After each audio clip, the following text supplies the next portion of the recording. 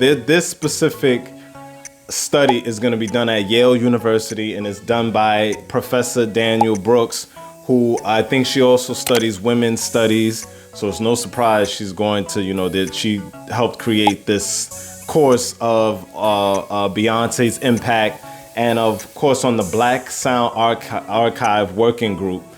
And I guess it's to tap into, untapped artists, black artists who have contributed to black culture, contributed to the culture of America, but more specifically black arts and black talent and their impact on on America and on the globe. Beyonce, she's major, she's all over the place. Everybody knows who she is. Her name has been for years and years, her name has been in the lights.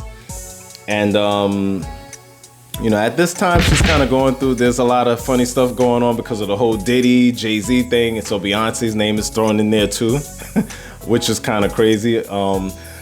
But back to her legacy, so Yale University is doing this course, and I think it's a really cool idea for Yale to do a course like this, to tribute to Beyonce being a great artist and to study her music. I guess they're gonna do it from 2013 to 2024, from the Beyonce album to Coach Carter, and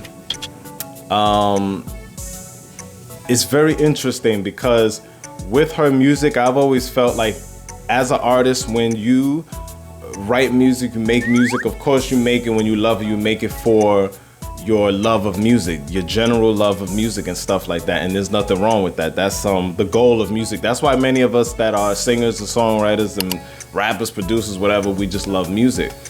I think when you start to understand and you see that you've developed a fan base, you got a group, a whole herd of people that are following you, and they're like following in your footsteps, and they're listening to you, they're inspired by you and all of that good stuff.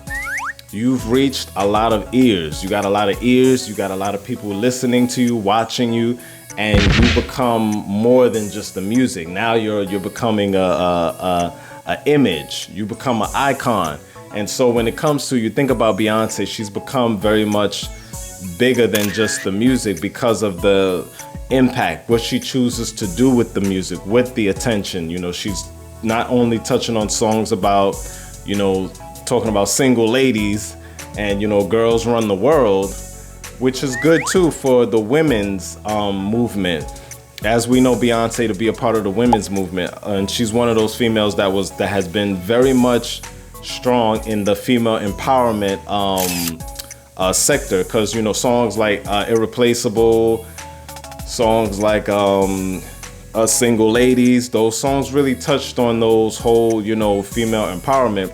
But she also did a lot of stuff for the black culture, and talking about songs talking about freedom, talking about black love, talking about black power.